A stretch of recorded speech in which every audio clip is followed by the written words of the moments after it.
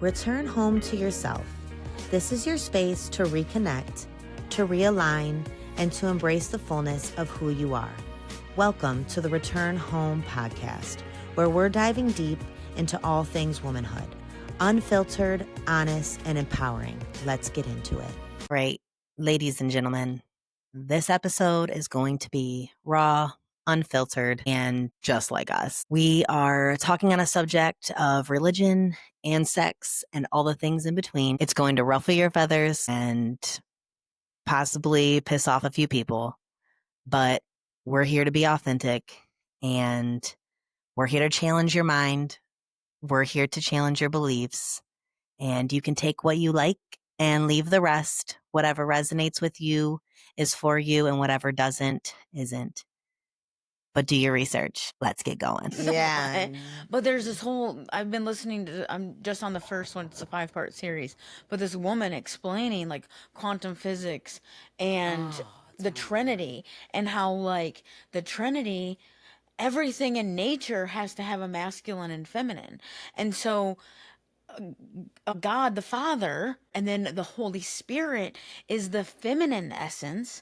And so the Holy Spirit and the Father, they come together, masculine, feminine, and then they create the beloved Son.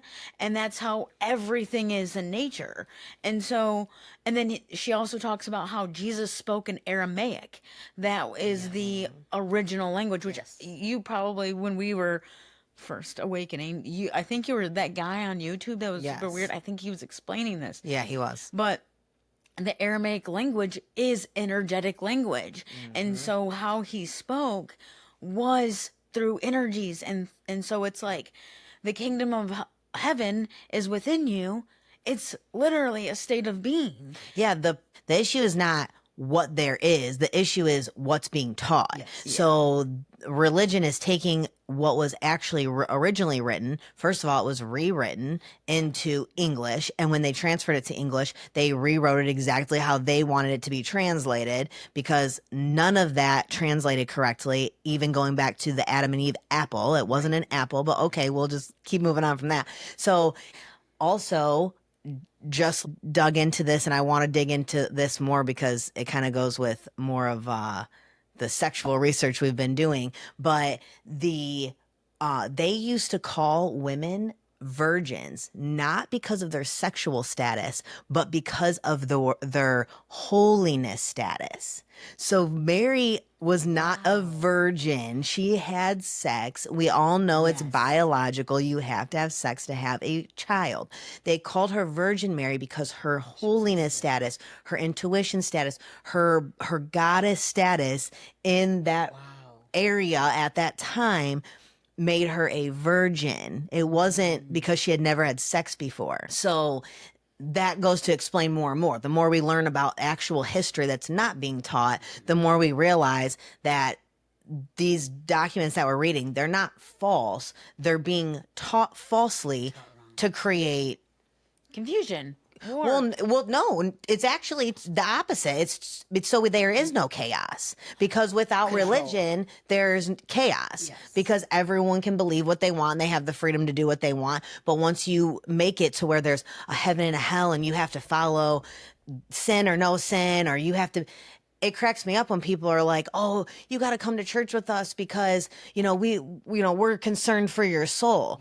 Okay, but I act more like Jesus than you do. Mm-hmm. So where are your Jesus qualities? That doesn't make any sense. You guys are judgmental. You guys are rude. You guys talk shit about people. You guys don't give. Like all of these qualities. You guys don't forgive. You live in your trauma. You haven't forgiven yourself or the people around you. Yep. And then you want me to come to church to be more like you? And you go to church and you're all going to the doctors getting medications to fix your problems when your God can heal you. Yeah. That's when I talk about a lot. You go to church, and how many medications are you on? Yeah. How many vaccines and then they tell you don't do drugs. Oh, I had this thought that recently was can't do drugs and alcohol and all this, but they're on about 16 different pharmaceuticals. Mm-hmm. And it's like, oh, honey, we're all on drugs, honey. Yeah. What's the difference? Yeah. Mine's herbal. Thank you. And whether they're on drugs, if they're overweight, what are you doing? Ozempic. You're feeding yourself because you're depressed. What are you doing? Ozempic. Because they want to do Ozempics, and now they're doing I've Ozempics. been saying that. I said that so long ago. Yeah. All the people at church were super fat, and I was like, and then they're having heart attacks. They're dying from high cholesterol, all this stuff. And I go, isn't that considered committing suicide? True. Exactly. Yeah, but That's it's also the God's got it. It's in God's control. Yeah. Yes. Everything's and out cast of your ourselves. cares. Everything, they put everything outside Don't of ourselves. actually heal the conflict. Don't actually resolve your crap, and don't actually forgive and seek within and have some self-awareness about your experience. It's just cast your cares on God and then shut it down and shove it under the blanket. Yep. It's like, no, actually deep dive into the why the heck you have anger issues and why the heck you beat your wife and children. Yeah. Yep. And then you can actually become more like Christ. Right. If that's your goal, like, Yeah. Yeah. I definitely think that there is a part of actually having that relationship with God, understanding what Jesus did when he was here, but to say that heaven is something that you have to work to get, or you have to have this salvation to get to, or you have to have this mystical being in the heavens. It's like, no, it is within you. It is here. It's present. And having a relationship with that is something that I'm trying to discover again, because, my awakening, I was like a little bit of rejection to that, because I'm like, oh, this is just so wrong, that I had rejection to it. But now I'm actually trying to invite that deeper relationship with the Father, understanding Jesus's work and the truth behind it, and to have a better, close relationship and bring that back into my life, because I think that there is a deep, profound work that can happen when you have that relationship with the Father. Yes, absolutely. Totally agree. Yeah. And yeah, like But God is a woman, so. Completely. Well, again, I'm just joking. It's all. think it's again, source. It's energy. It's not there is no man in the sky. No, it's source. It's source. energy. We all come from the same thing. So unfortunately, it's very hard to explain.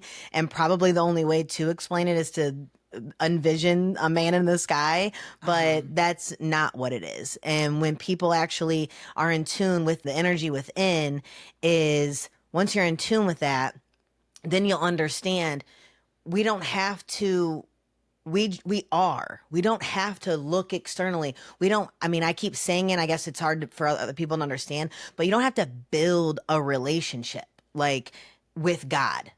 He's in you. You need to build a relationship with yourself, and you will find him. Good way to put that. That is exactly where he's at. He's in you. If you find love, joy, peace, faithfulness, self-control within yourself, well, there's God. Yeah, well, which that is building, though. Yes, it is building that relationship within yourself, because but it's a lot of building times it we with reject- you. It's building a relationship with you. Stop looking externally like, oh, I have to build a relationship with this guy in the sky. Right. No, look internally. Start addressing the things you've gone through. I myself personally think that there is a higher power. There is that source, that is that masculine container, that is that love, that highest level of love, supportiveness, and having that relationship with him and me and co-creating this life. That is something beyond just myself. Yeah. And so it does take building, because a lot of times we reject a lot of parts of ourselves. And so, yeah, it does take a little bit of that self-awareness and deep level of diving into our true selves, and again, co-creating with that source, that spirit of God. Yeah. Well, they have to get away from where we've gotten away from, is the thought that if I cuss or drink or do those things of the 10 Commandments, let's say, we've always said live by the 10 Commandments. When you get away from the feeling I'm going to die and go to hell for doing something that religion has said you can't do, that's where you build I guess where you can look at yourself and you build yourself, you're building that relationship obviously with God, and you do change because you don't look at things and go, "Oh, I just did something, I'm going to hell." Well, you living as a remove fear. yes, Yeah. that's it. Yeah.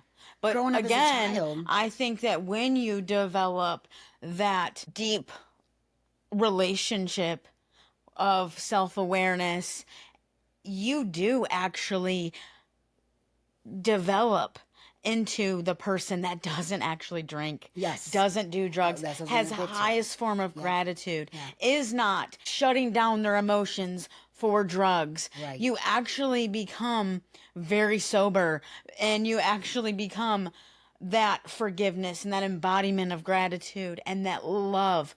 The highest energetic emotion there is that love. And so when you actually seek that and strive for that, it's not about, oh, I'm going to hell for doing all these things. You do it because you're so connected to source and yourself and your traumas. Why am I actually seeking weed? Why am I seeking alcohol? And you actually go into that, and then you evaluate it where you don't actually need those coping mechanisms anymore because you're healing. You are connected. You are, again, let's go back to that virgin, that holiness, Yes. because you've actually dove deep into why are you using that anyways? Yep.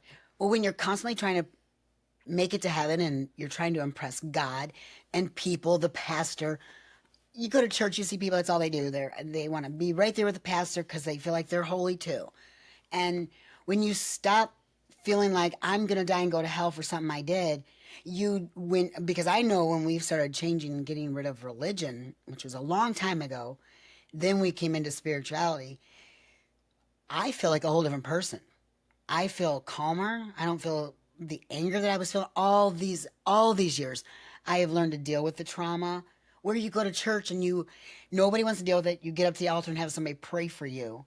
And Well, you live in the ego. So the whole point of religion is, well, maybe not the point, but what happens is it creates guilt and shame, and you hide behind it. So when you're around all the people that were supposed, that are supposed to know you as this holy person, you put on a show. And then when you leave, reality sets in and you are whoever you are, and you don't try to change it, because how easy is it to walk in a building and pretend to be whoever you want to be, and then you walk out and you're angry, you're bitter, you are hateful, you're mean, and you can hide all those things and you do them behind closed doors. And then you can walk into church and be kind to everyone around you and then go back and fake it again. So when you get out of the ego, you can actually start to evaluate, okay, what are these things that are making me hateful and bitter and angry? And let me actually work on those. Let me understand that it's okay what I went through. It's okay that I've done these things. It's okay that these things were done to me. Let me correct them so I can become a better person instead of choking them down whenever needed. Yeah. Yeah. And then how many times was it like, oh, I remember going to church camp for the week, and it was like, oh, hands were laid on you, and you were praying the most and worshiping the most, and you had this whole spiritual high, and it would last about 2 weeks. And then it was like, then it was just this constant race of like, The next high. yeah, yeah. And that's why I I'm feel not like good enough. church I is. gotta keep going. I gotta keep doing. I'm losing that high, or I'm slipping back into my old ways. And it was like, yeah, because you actually haven't resolved. You actually haven't dived deep into why you are the way that you are. You just keep going to church camp and getting hands laid on you and getting slain in the spirit, but you're not actually doing the work. because it's an emotional high. People go to church and they get out in this emotional, you're at home, you're dealing with life and you're depressed, and you're angry, you're frustrated. You go to church and do put on that show, but then you're in this atmosphere, and it was planned, I believe, just as like football's rigged, all these things. I believe my thought on is I believe religion has been, you go to church, they play the music, they get it up high, then they bring you down with a slow song, and then you get all emotional. And then they bring you up on this high again, and then they bring you down on the slow. And now pay your tithes. Oh, and take up the offering. But I think So- it's interesting because we don't, religious people don't acknowledge energy and I was gonna all say, of that. But it's like you actually have this very energetic experience going there where you play the worship music, and it's like, oh, yeah, it's all like get the energy levels going. Let's get the music, the sound, the frequency of sound is so Yes. big. And they know how to do that. Yeah. Then people will give more on the offering plate. Because, We'll get your emotions going. And it should make you question. I never fit into church looking back at all these years. I never fit in school. I never fit in with church. I question all the time. The teachers would always get mad at me because I'm wanting to run around the classroom. I remember being in kindergarten. I was playing with the toys. I couldn't count to 100. I don't give a fuck. I want to go play. yeah, because that's what we're supposed to be doing. As kids, not I sitting was still. playing with kitchenette stuff. I was going to be a mom, But they do that.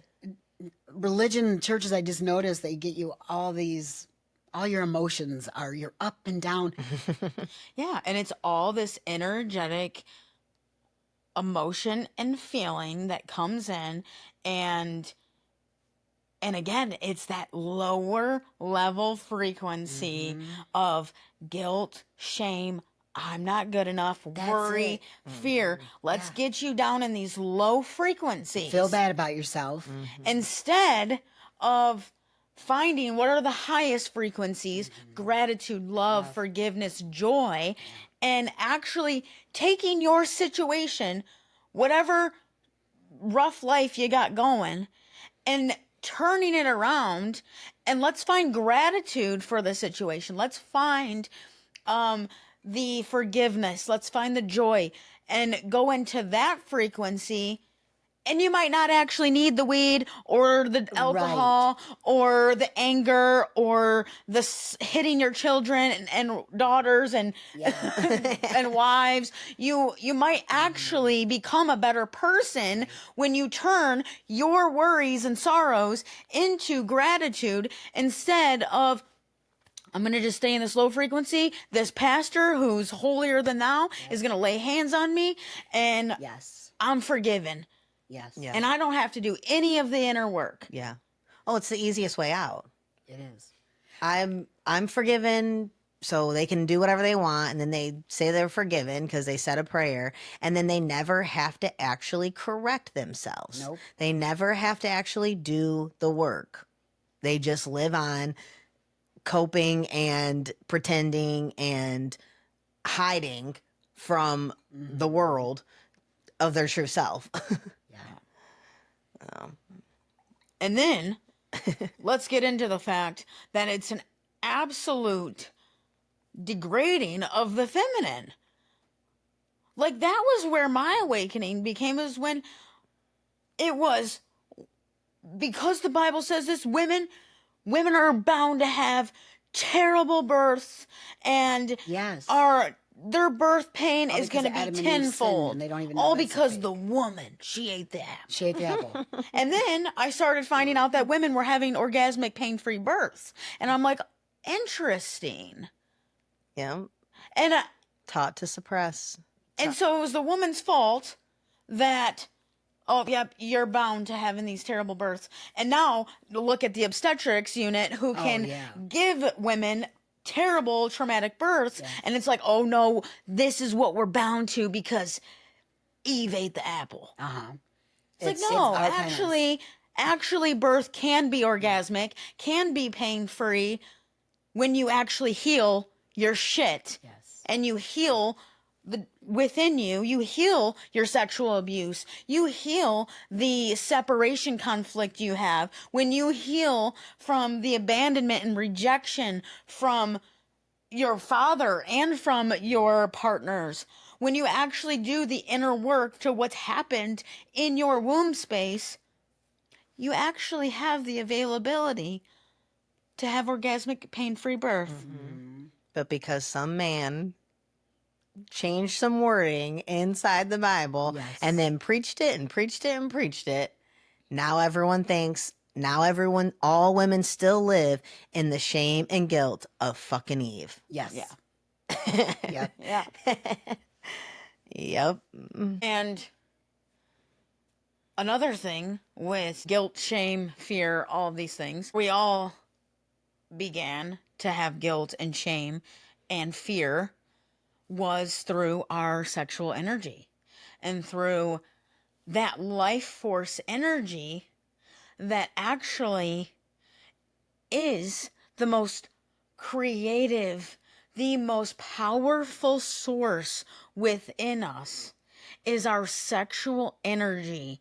And what happens in religion is it's very suppressed because of shame, guilt, and fear of hell, Yes. of the Father in the sky is going to send you to hell because of your desire for sex. Yep. Your biological essence is literally to procreate, to have pleasure, and suppression. From the moment you have an inkling of wanting to have sex or pleasure, Yep. it's killed and destroyed. And then we wonder why everyone goes on in their life, can't have sex, can't have orgasms. Women don't even know that they can have multi-orgasms. Men can't even sustain an erection for more than 5 minutes, and they come within 7. And it's like, what is happening? And nobody is linking the root of the shame and the guilt that was established at probably, say, 10 and to 11 years old. Yeah. And sometimes even younger, because as soon as kids start even noticing what they have down there, it's like, oh, don't do that. And then you wonder why everyone has a masturbation problem. You have to hide it and do it in your room because, I mean, obviously that's not something you do in public, but but it's like you have to be like told no. So you're like making sure you're hiding in your room, Right. because no one's coming Don't in. get caught. Don't get caught. Yeah, don't get caught. It's like it's literally so much shame around it. It's like you can't even talk about it. You can't talk about it with your friends, your family. You have to, word it correctly. And then, especially as you get older and really start to develop more desire, and then you start getting interested in more things, it's like you can't do it safely because it's always being hidden. You're always hiding it from somebody. And then that's where more of the twisted, sick parts of it do come about, because we're not healing our trauma. So we're basing our sexual experiences off of our trauma. So everything is disturbed. Yeah.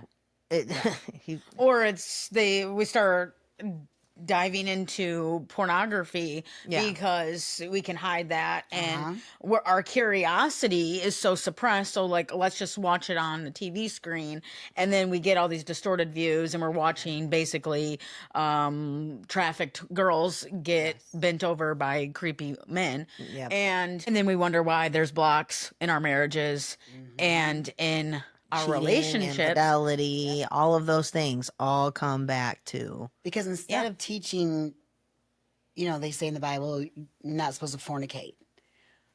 When actually it's not that at all. We should have taught our children, you don't want to sleep with multiple people because of the energy you are giving. You're taking on their karma. You're taking on their bad energy. Anything bad in their life, bad or good, you're taking that on yourself. So that's what it's not about. And having sex before marriage. And Exactly. don't have sex with somebody who can't provide and protect for you. They better. If Exactly. they can't take care of themselves, Right. For women, this is the biggest problem for women, and this is the lesson that I've learned, is that this man has nothing to offer you. No love, no money, no job. They don't take care of themselves. They overeat. They overindulge. They drink every day. That's what you want to allow in your sacred organ, Yeah. have some standards for yourself.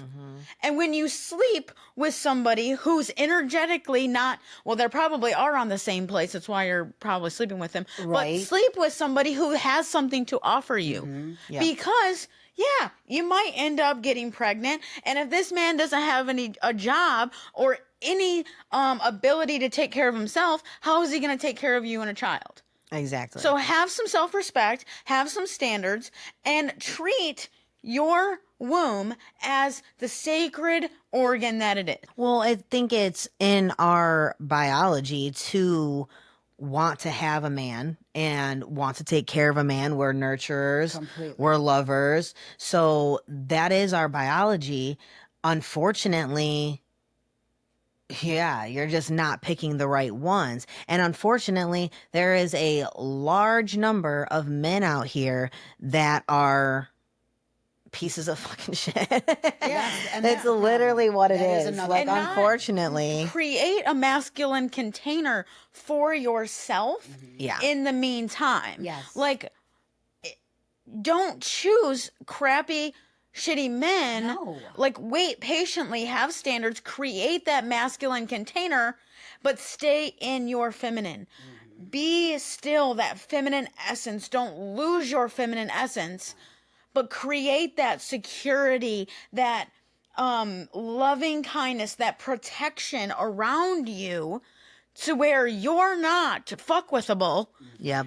and live in that as you wait patiently for a man who can provide, protect, nurture you, be that grounding source for you.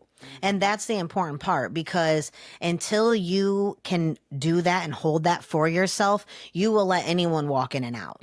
So if you don't value yourself and you don't love yourself and you don't think that you're enough and you don't know that you're worthy of all the things, then you will let any man come in and out and it won't matter. Until you hold yourself to a high standard, how can you hold anyone else? The biggest thing you teach your daughter is from day one, know your worth. Absolutely. You teach your children. I wish that I would have instilled that more in you, because I was talking to a client who has a young daughter, terrible relationship. She had a one night stand with this man and got pregnant. Now the man's living at home with her on her couch. Her daughter's now 14. I said, "What are you doing?" She said, "Well, when I tried to kick him out, my daughter got upset and I didn't want to take her dad from her." I said, "What are you teaching her?" "You're teaching her to find the same kind of man." She said, "No, I'm telling her not to get married and be independent." I said, No. That's the problem. I said, and I kind of taught my daughters that, because I was in a relationship that I didn't want to be in. And I thought, you girls are going to have to be independent, work, not depend on a man. That is what I said to you girls multiple times. And this is what I told that lady. I said, no. Now you start teaching your daughter, you will marry a man who loves you, who will protect you, and is a hard worker. You will get married. You will get married and you're going to be loved and taken care of. This is not. You're not going to follow in my shoes. She said, "Thank you. You will do." Well, and she'll it do also comes with action, because Yeah. teaching your daughters, Gotta You can make say some whatever changes. you want. you have to show them how you're supposed to be treated. Yeah. And if that means, bye-bye, and now I have to treat myself this way, then that's what it is. You're doing more damage to your daughter by leaving him there on your couch. Oh, You're yeah. showing then- her yeah. what a marriage is, a relationship is. Yeah. Yeah, and there has to be just a higher standard. And when we say to deal with your trauma, it's deal with the pain of that rejection, not feeling good did you enough. feel? And a lot of it does stem from the father. A lot of times it's rejection from the father. The father left. The father doesn't provide and protect. And then it's like, well, that's where your self-worth. My own father doesn't want me. My own father doesn't love me. And then now we see the repetition in every relationship from then on. And it's like, yeah, maybe that's what your father did, but become that source for yourself. And I believe we did an episode on this, so you can refer back to that. But become that for yourself, nurture that wound, the father wound, and allow yourself to hold you in a container of your own love, respect, and self-worth so that you don't allow these loser, low energetic, no money, broke ass motherfuckers into your vagina. Right. Absolutely. Absolutely. And then when we allow this stuff to happen, now listen, we all, three of us here, come from the perspective of we've been through it, we done did it, we've been through it all. We can So talk this about is why we're saying this, because we've learned, and hope to God that we can all learn this together, and the women after us can learn from this as well. Yeah. But the reasons we get to this place, and now I'm 31 years old and I'm starting to heal these wounds because I had no libido, a dry vagina, can't orgasm, didn't even know what a cervical orgasm was, didn't know that I could shoot rockets to the other bedroom. And it's like, all of that is available to me. Mm-hmm. And so my shut down vagina wanted more. Yeah. And so I started digging into the roots of why is my pussy not working here? Yeah.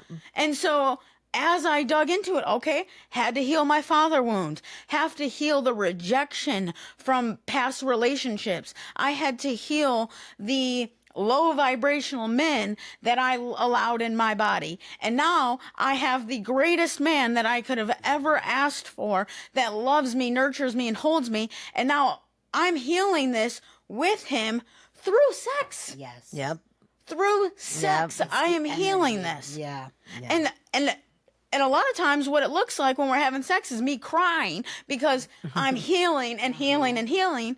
And it is the most powerful healing that I've ever done in my entire life, is to use his literal dong to heal my whole body. And every woman needs this. And This is raw form. You know what? I don't give a crap. yeah, If this this is offended, what- too bad. No. But this is what women want to hear. We Yeah. gotta know this just because hard. it is available to us. It is. And so when you are 30s and you haven't healed these wounds, and you still in 30s and 40s, you're still letting low vibrational men in your Yes. vagina, you're still not actually resolving the conflicts that have ever happened to you, sexual abuse, sexual rejection, not wanting sex or wanting sex. There's so many conflicts, and if you want to heal them, head over to sovereignwomanwellness.com and set up your first appointment. Yep. And actually heal the trauma that's happened in your womb space so that you can unlock your vagina and really get to the source. And then you can start actually maybe finding a man that has those same values and actually wants to be that healing source for you and that good masculine man in your life. But then it gets me to the point where then in menopause, women have all of these symptoms and all of these, I have no libido. My vagina's dry. I'm getting aches. My bone density is severed. I need estrogen. I need HRT. No, you never healed your conflicts, the lost conflict, the sexual rejection, the sexual frustration. You never healed your conflicts back when you were a young woman. The guilt, the shame, the fear, all of that. You never addressed it. And now you're 50, 60 years old and your pussy's shriveled up. Well, there's why. Well, exactly. And unfortunately for most people, they've been with either the same person or possibly multiple men that have they still have not found value in them. So they still aren't loved right. They still aren't emotionally secure. They're still not being loved and taken care of and provided for by the person that they've been sleeping with for the last 30 years. Right. There could be infidelity. There could be so many different issues going on in their marriage that they've been dealing with, and they just shut up and be quiet. Shove it under the rug. Yep. And then they wonder why you're not sexually attracted to that guy. You wonder why you have low libido. Yeah. And that is our essence. That is our life force energy. We literally create. We can create anything, businesses, hobbies, anything you want can be created when you have that life force energy. And that comes when you are regularly coming. Yep. Because the energy that is used for that is so powerful. And when we can tap into that, then you're able to tap into that source outside of the bedroom as well. So then you can tap into your creative side and become anything you want to be. Yeah. Doesn't it make you wonder how religion has made a bad thing about sex? And growing up in my generation, my mom didn't talk about sex. And we know how the government tries to keep people from having children. So it makes you wonder the real true power of a sexual relationship with your partner. They must have known, and we're just learning it, the intense power that comes with a sexual relationship with someone. Yeah, well, they want to suppress 'Cause who you we can hear are. from it. Yeah, they want to suppress our energy. They Yeah. want to suppress the power that we hold inside of us, men and women.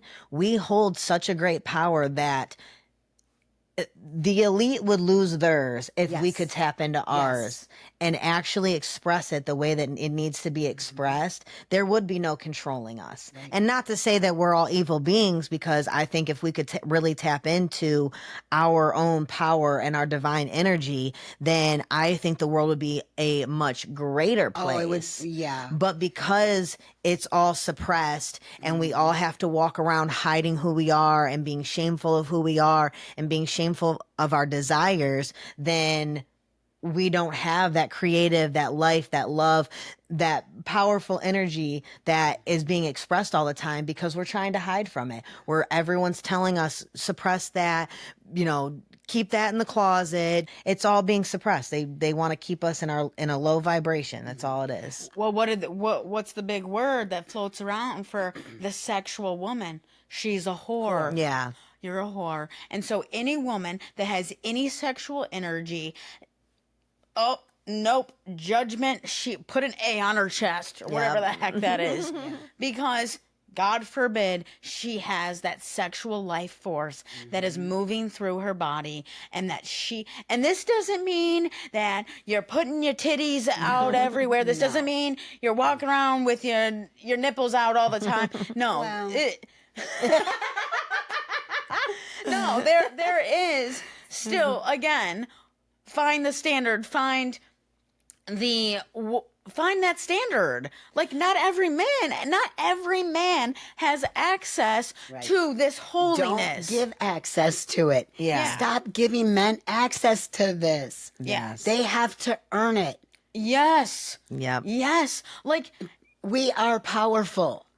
And as the movie, my Greek wedding or something, the mother says, the woman can change the man's, how does she say it? He is the head, but she is the neck, so she turns it. She can make it turn, yes. We actually have that power. yeah, but I don't like that quote, because sometimes Hold on, I was going to women say. are controlling, and then they control Exactly. their man, and that's It's a whole not other problem. Again, it's not about control. It's men cannot think properly sometimes, and that's where we come in, and we can be that balance there. It's not No. about control. Fuck that. If you think that your man can't think properly, then why the fuck are you fucking him? Okay, every man has a brain fart like we do. So, no, I have a wonderful man who can think for Yeah. himself and all that. My But man can think. I don't have a retard. He can't wipe his butt, and he can't cook dinner or pour you a coffee. Forget that. No. But it is true. Some men get thinking, in outer space. I don't know. So what I'm saying is that is how much power we have. The story of Adam and Eve in the Bible, first of all, they came in naked. And I'm going to share the story. When we went to that nude beach, I'm going to tell you right now, I felt more at peace on that nude side than I ever would over there. Nobody was staring at you. Nobody was lusting.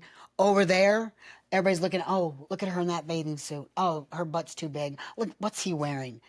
Yeah. Well, when you get rid of the ego and you don't care about anything anymore, I mean, not you don't care about anything, but you don't care about the opinions of others, Right. then you're able to have a sense of freedom that most people have never experienced. Well, the thing about it is, so many people I knew growing up with my mom, she never showed her body. I could never walk in her room when she's getting dressed. What did that do to me? It made me shame myself. I had shame in my own body all these years, and I chose when I had my girls, I'm not going to make you feel awkward around me, because there's going to come a day I could get old and you may have to wash me. I was so uncomfortable with my mother when she was in her last days dying. She lived with me, and I did not want to wash her. I couldn't. I had to call my sister over. She made me feel very uncomfortable, and I did not want you girls feeling like you come in my room while I'm getting dressed. Hey, boobs are coming out. It's normal. This is normal. Well, and that's We again have why demoralized you have to go back to the trauma. What did she face that made her shame her body and then made her hide? Again, it all comes back to hiding. We have to stop hiding. Yes. Yeah. Stop hiding who you are. Whether it's, I see people that even hide how they laugh. They'll Yes. try to chuckle under their breath because they don't want to let it out because they think it's embarrassing. I see people try to hide their smile because they don't want their teeth to be shown or whatever the reason being. Everyone goes and hides every little piece of them because of some egotistical flaw that they find in themselves. And it's like, stop hiding. Stop feeling that shame to where you have to just hide yourself all the time. Just Either be do authentic. something about it, Yeah. or embrace it. Yeah. It's one or the If other. you don't like your body, go do something about ways it, to fix or embrace it. Yep. You got two options. And that's what I love Yeah. about our Sophia. She's been attacked by the dog. Her face was mutilated. Mutilated. It was. If you saw the pictures, it looked mutilated. But she's got a couple scars. It does not bother her. No. I've asked her too, and she I have said too. no. I mean, luckily it's healed so well. But again, when you come from confident, beautiful, courageous women around you, how could you be? I mean, she looks at us. We have a million flaws, but we're out here living our best lives and showing it all to the world. It's just, it's all in how you were raised and how you handle things. And it's a daily decision to make. It's even with healing, with becoming who you are, with loving yourself, all of these things that we keep talking about.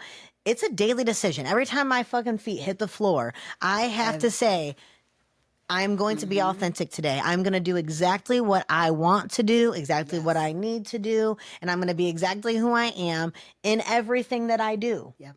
No matter what it is. You have to work, that's fine. Be authentic. Find what you love to do and do it.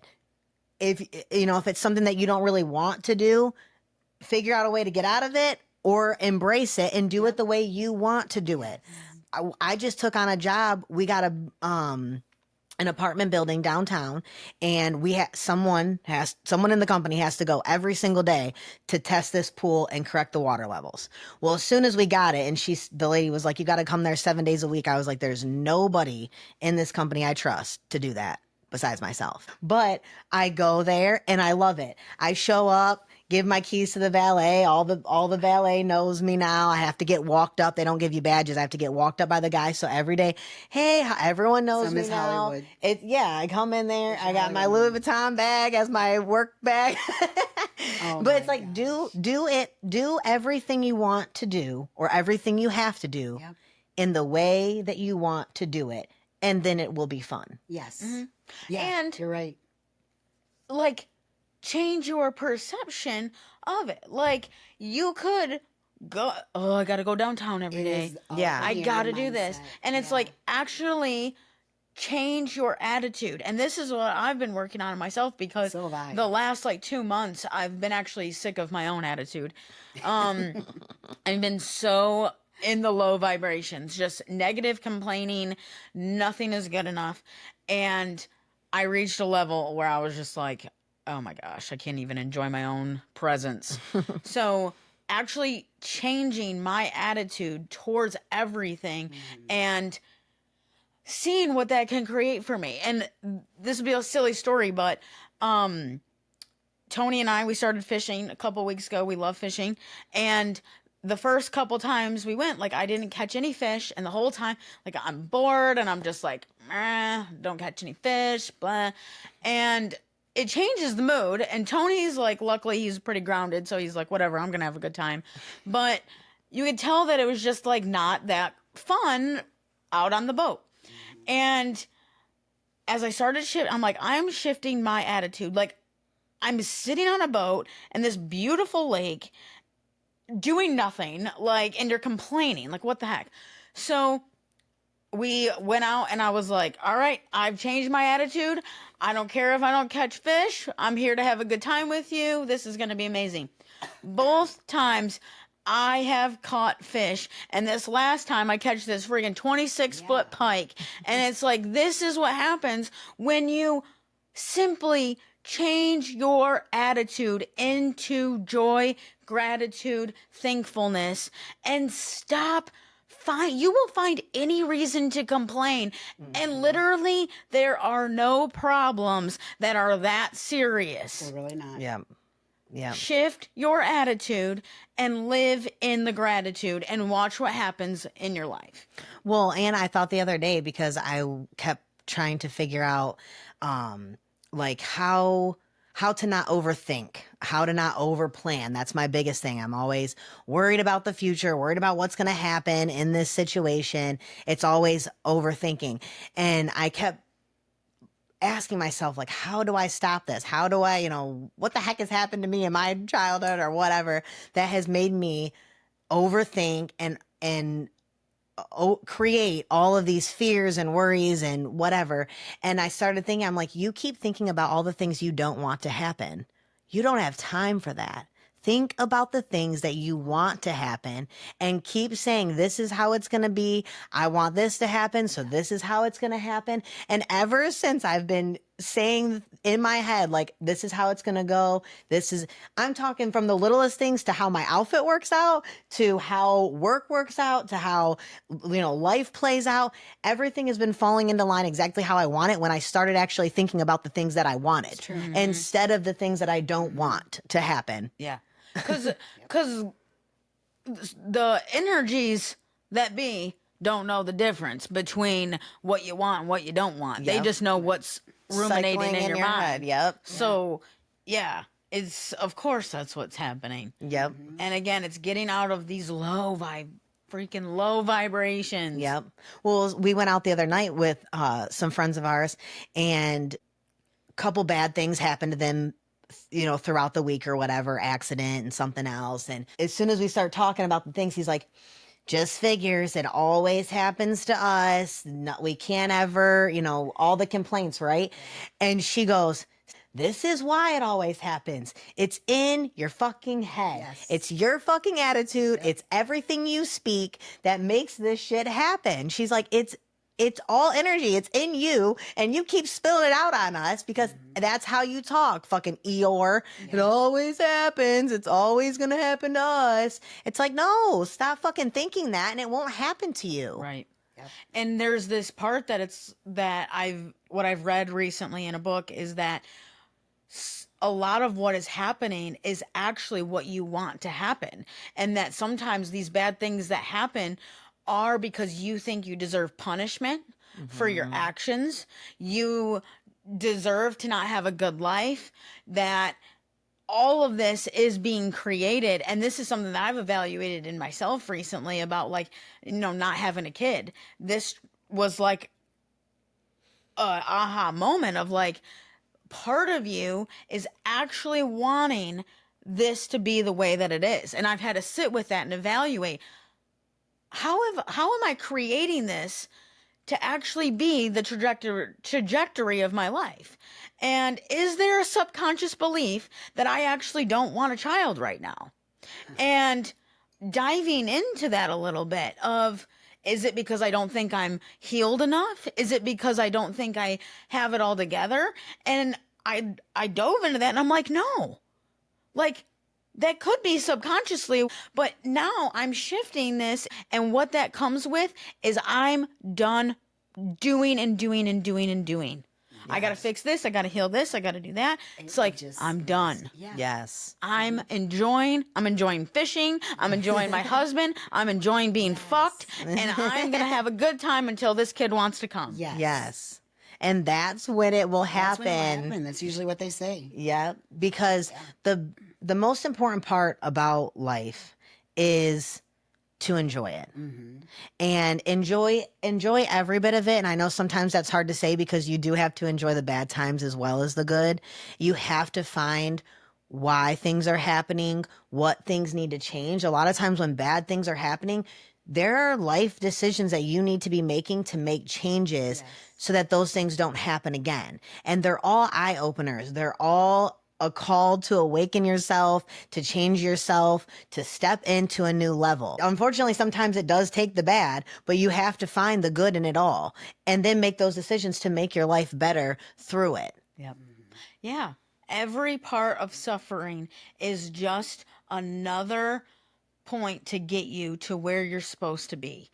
And it's not true suffering. We make it worse than it needs to be. You're right. That bad thing that happened to you was actually for your betterment, for good.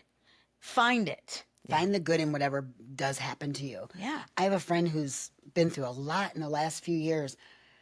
Lost her dad, lost a grandchild, husband has cancer, and on the way home from getting good news that he's cancer free, in a bad car accident, rolled over. You know, they're alive. But I was so glad when I read her post, all these things that she wrote that had happened, but she was so grateful. She's still there to hug her grandkids and be there with her husband, and how God is good. And I went, oh, through something so tragic. I mean, her mom's having to come over and shower her. Something so horrible. She is not sitting there going, poor me, what is going on? Why is all this happening to me? It was none of that. Yeah. And that's how you have to be. Because there is a reason some bad shit's happening to you. It is to raise you to another level, maybe slow you down. Sometimes I think when I'm sick, I need to slow down and rest, chill. Yeah. There's always a reason for it. You have to find it. Stop feeling sorry. Oh, poor the me. Oh my victim. God. The you're self the victim. victimization, it is so rampant in this world because as soon as something happens, that's what everyone goes to. Oh, it just always happens to me. This is, nothing I can do. Nobody loves me. Nobody cares about me. Nothing I do is right. And it's like, okay, well, I'm glad that's what your subconscious believes right now, but let's pick it up. Let's change things. And yeah, taking full responsibility for what role do I play in my own suffering? Yes. And it's not everybody else. Everyone else is a problem for my life. Outsourcing everything. Oh, it's all the carcinogens. It's the food. Yeah. It gets me so riled up when it's the food that's causing all this disease. Nobody told you They to eat it. buy the Tyson chicken nuggets Right. and Or McDonald's and the nuggets. canned bull crap. Yeah. No. No. There is better options in your store. Yeah. You just didn't buy it. Yep. There are plenty of organic stores that are available that have good food. You just don't go there. You don't so wanna you're spend the blaming, money. Yes. It's the food's problem, always- it's the money's problem, it's Yeah. this problem, it's everybody else's problem as to why we have the things in our life. And it's like, what role did you play in this? Yeah. Now take that and go and change the rest of your life because you have the power. If you don't want to take ownership, it's easier to blame than to accept what you're lacking and not doing. Yeah, you can find the flaws in everybody else. It's so much easier, but to look within is so hard. It's hard. You don't want to see your flaws. Yeah, because the ego, it's the ego. And you gotta put your ego down. This is what the ego does. And when you have a relationship with the ego, I'm not the person that says, die to the ego. No, that ego is here to stay. It's have a relationship with it. Learn to communicate with it. And also, most of your thoughts are not your own. It is, we are all collectively intertwined. Most of your thoughts are collective thoughts From what you're around. From what you're around, the What you people hear. around you, everybody else's thoughts. And so observing them and saying, oh, that's interesting. Instead of like, oh, I got to heal this. I got to change this. No, it's observe it and let it go. Yes. It doesn't have to be Not something that you everything always. can be healed. Yeah. It just let it go. Let it go. It's just a thought. Oh, you had a negative thought about somebody? Okay. It's probably not your own. It could be even their own thought. But like, let it go. Just observe that it popped up. Observe your anger. Observe your shame, but don't become it. Have a relationship with the ego that you are communicating and observing, mostly observe what that part of you is instead of shunning it. There's no dying to the ego. Just have a relationship with it. And listening is better than responding. Yes. Well, and feeling it. So nobody wants to feel what they have to feel. Nobody wants to feel the hurt and the pain that we do go through. But it's like, if you can feel those parts of you, you can change them. And then it also helps you to feel the great parts too, and even better. Yeah. You can feel more love. You can feel more gratitude. You can feel more joy when you're able to also feel the anger come up. You don't have to push it down, but redirect it. Yes. Okay, how do I take this anger that I'm, feeling and not just spew out of my mouth? How do I take that and create and change my life with it? Yes, things piss me off all the time. Yes.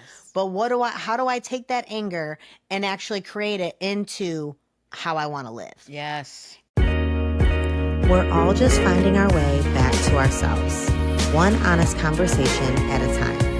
Catch you next time on the Return Home